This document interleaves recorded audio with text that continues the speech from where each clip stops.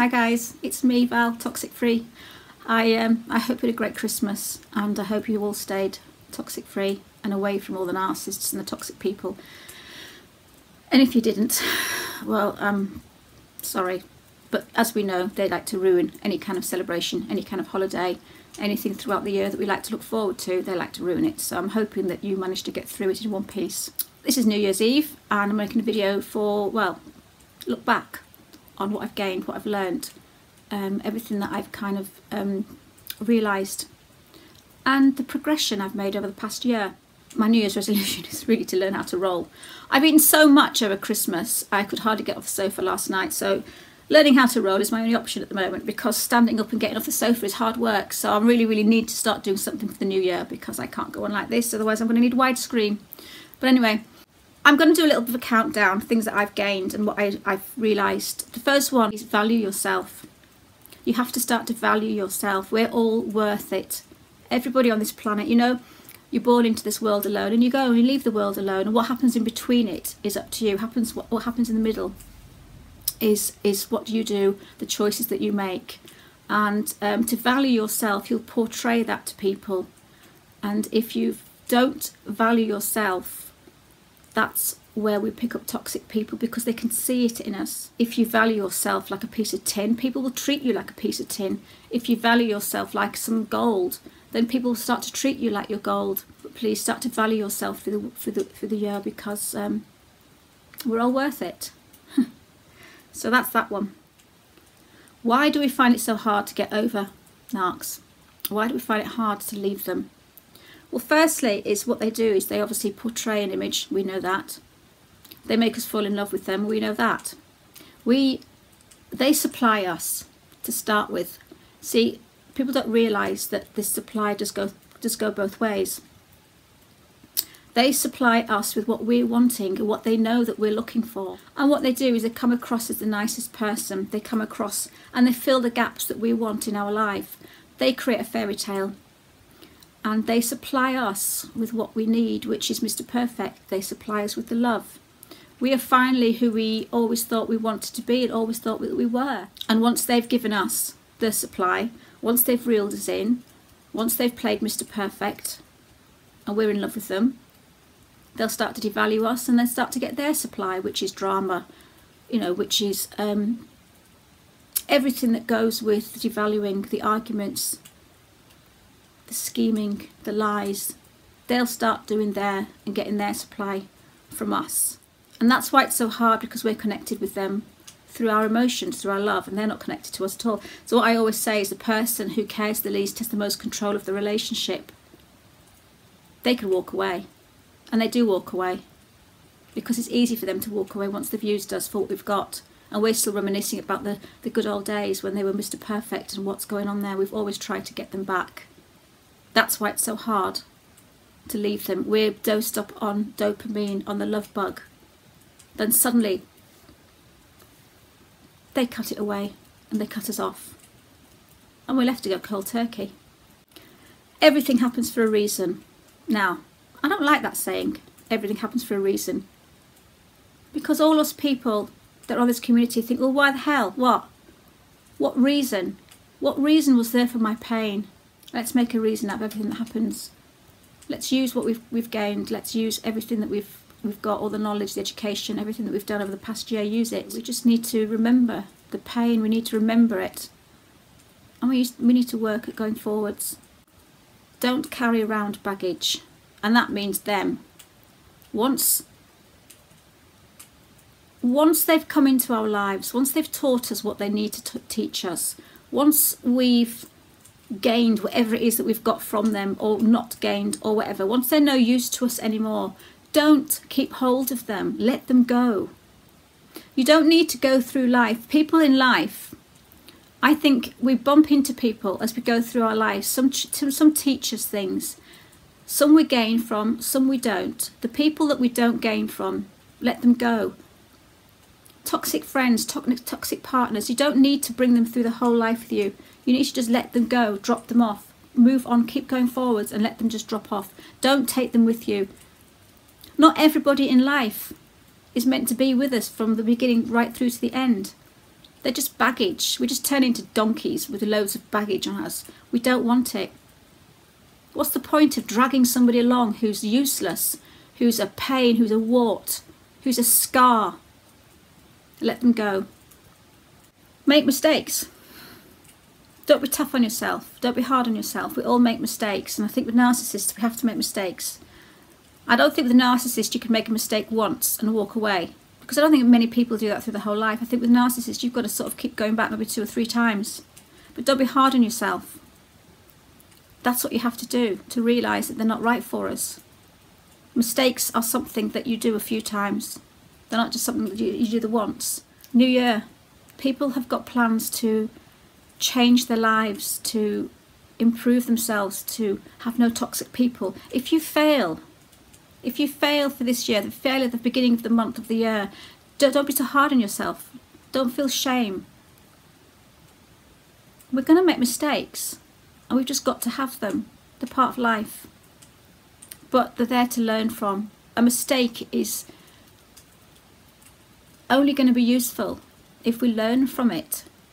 That's what mistakes on this planet are for. Mistakes are, if you're going in one direction, don't keep going down that road. If you keep hitting mistakes, you need to turn left or right. That mistake is to guide you in the right direction. That mistake is there to say, whoops, you've taken the wrong route. You should have gone that way. Reverse and go that way. But we will all make mistakes, and don't be hard on yourself. No contact. We all know no contact. Didn't really know what no contact was really sort of at the beginning of the year. I'm like, now I know more about no contact. I know it's the only way. Not just to save ourselves, but if people want revenge out there, which is a lot of them do, you're not going to get revenge by writing long, heartfelt letters.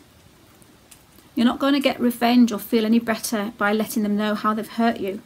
Because that's what they've been doing the whole time they've been with you. They've been wanting to know what they've done to you.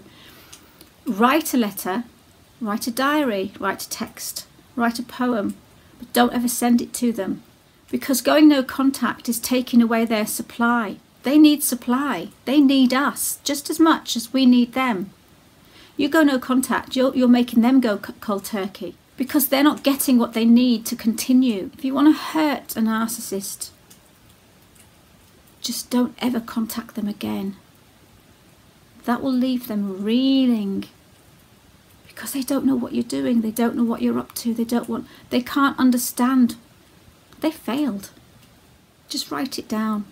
Because if you're left with something that you want to say to them, if you leave it in your head, it's just going to brew. And it's going to just build and build and build. And you've got to get it out. But don't get it out onto them. Get it out onto paper. It's safer on paper. You need to release it from your head. And don't carry that baggage around with you. We project. Just like narcissists do. We project. But we project good. We project our values. We project our thoughts. We project our goodness onto other people. And we presume that they're the same as us. Like narcissists project their badness, they project their lies, they project their narcissism because they think everybody's like that. We think everybody's nice, so we project ourselves. Whatever reason these people, whatever reason everybody else around you does something, it's not our responsibility. And that's the thing with projection. We project what we would do onto other people. We project our values, we project our thoughts, we project everything that we are. We presume that people are going to be the same and they're not. So if someone shouts at you in a traffic queue, just think they may be having a bad day. They don't hate you. They don't know you.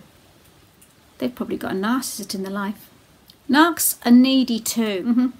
So narcs portray us as needy people. But narcs are needy too, because what narcs need is they need us, they need our supply.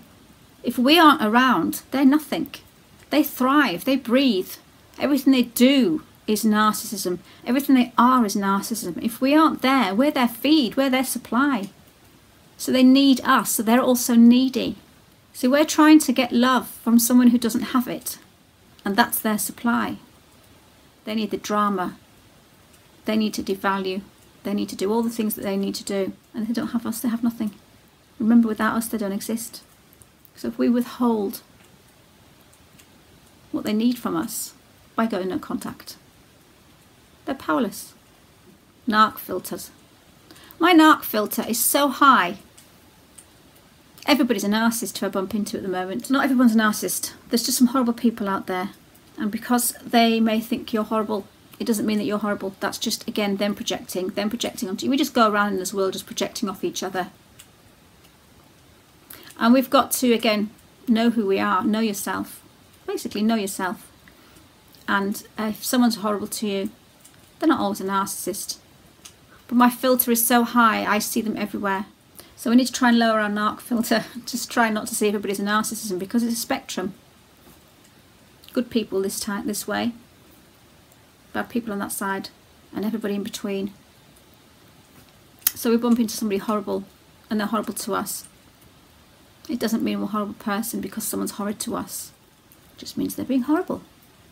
Again, they might have a narcissist in their house. They may have a narcissist at home. They may be living with one, married with one. I start thinking more now about the people that I bump into and who they are and what they live with than I ever used to. Who is the true person? The true person is the person that's abusive. The true person is the one that's being devaluing. The true person is the one that's degrading you and shouting at you and lying to you. The false person is the one that comes to you 3 days later after no contact or a silent treatment and starts to hoover you back with apologies. The person apologising is the false person. It's easy to apologise with a bunch of flowers. It's easy to send a text saying I love you. So remember, the abusive person is always the true person, because it's so easy to say sorry. And if the person isn't actually abusive, no one pretends to be abusive. No one portrays an abusive person. No one's going to act abusive. And then when they say sorry, that's the real person.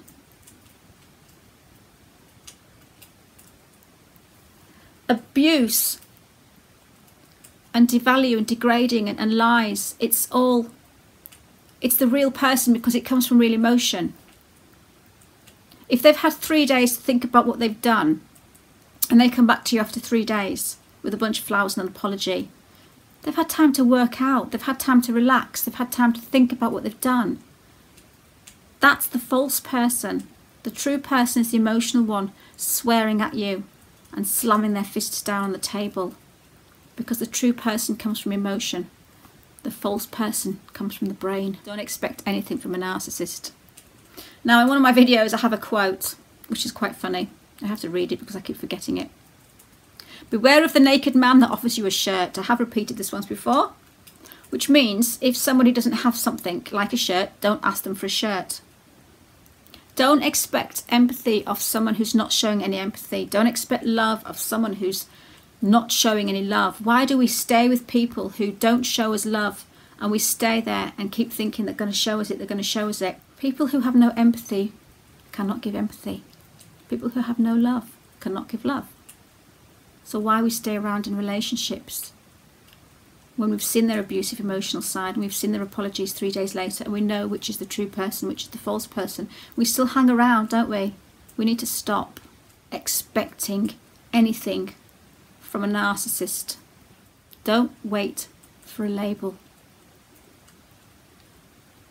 A lot of people won't leave anybody until they've kind of been proven that they're toxic or they're a narcissist. If it looks like a duck, it quacks like a duck, it waddles like a duck, if it walks like a duck, it's a duck. That was one of my sayings. Just don't wait for some kind of diagnosis or anything. If someone's abusive to you, they're abusive to you.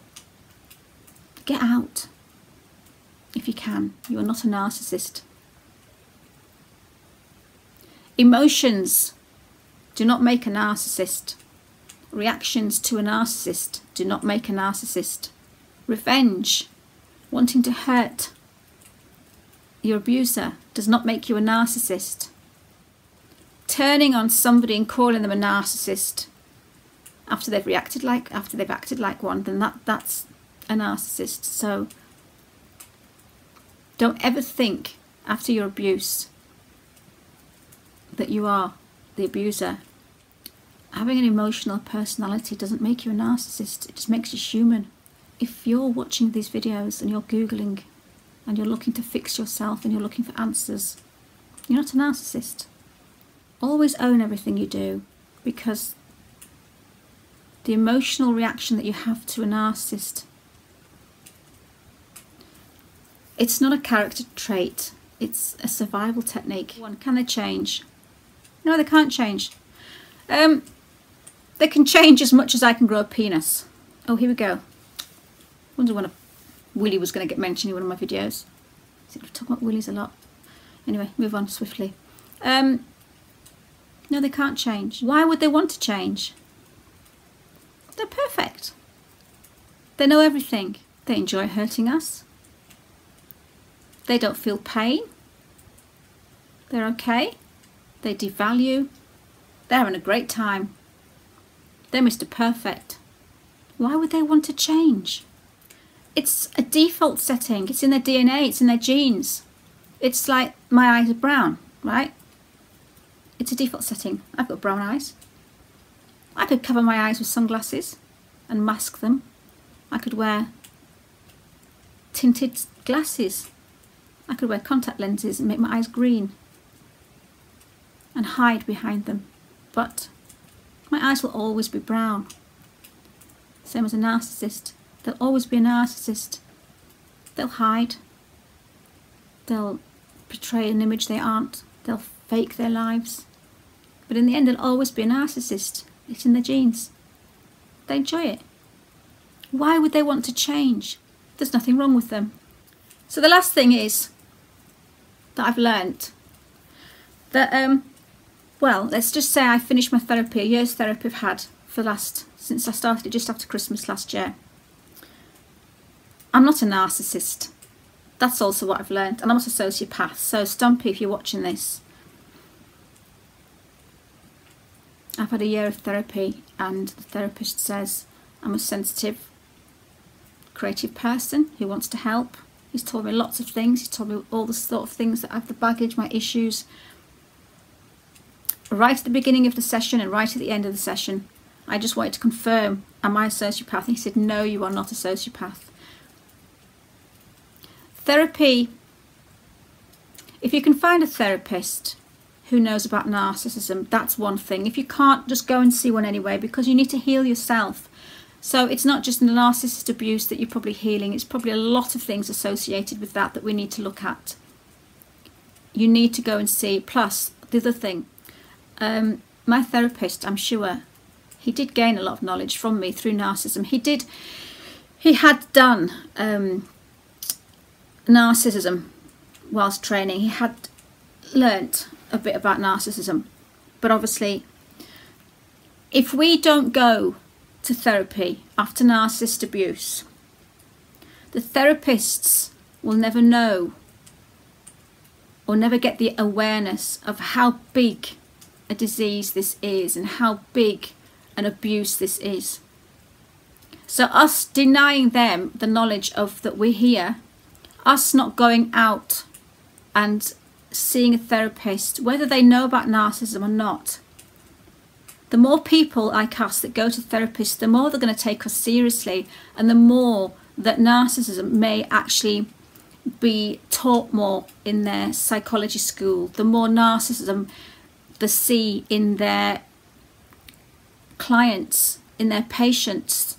They may start to look into narcissism, which means that the future are going to get more training. It means the future of people like us, survivors, when they go to therapists, the future of therapists will hopefully start to look into it more, because the more people they're getting with narcissism abuse, with PTSD, with trauma. So you need to go to your therapist, everybody, and introduce them to yourself and say, I'm a survivor of narcissism, and hopefully they'll start taking us seriously and knowing that it's out there It's not just physical abuse. It's not just, you know, all the different abuses that are out there that they're trained on. They need to know that we're here. And by not going, it's the chicken and the egg, isn't it? By not going, because they're not trained on narcissism, they're not going to know about narcissism to then train. So please, find a therapist, heal yourself, and give them awareness at the same time. And in the future of, in another 10 years, hopefully, people out there will be able to go to the therapist. And because it's such a big thing, maybe more people will train in it. So that's it, really. I just want to wish you all the best for 2018. And again, at the beginning of the year, if you've got resolutions to heal, resolutions never to meet another toxic person. I nearly created a new word then, noxic. If you fail, don't be hard on yourself. Don't be hard on yourself, because sometimes we have to fail a few times before we get up and think, right, that's it, no more. So, sending all my love out to everybody out there, and thank you to all my new supporters, subscribers, and all the ones that have been with me right from the start. Thank you. I appreciate it. Happy New Year. Take care. Stay safe.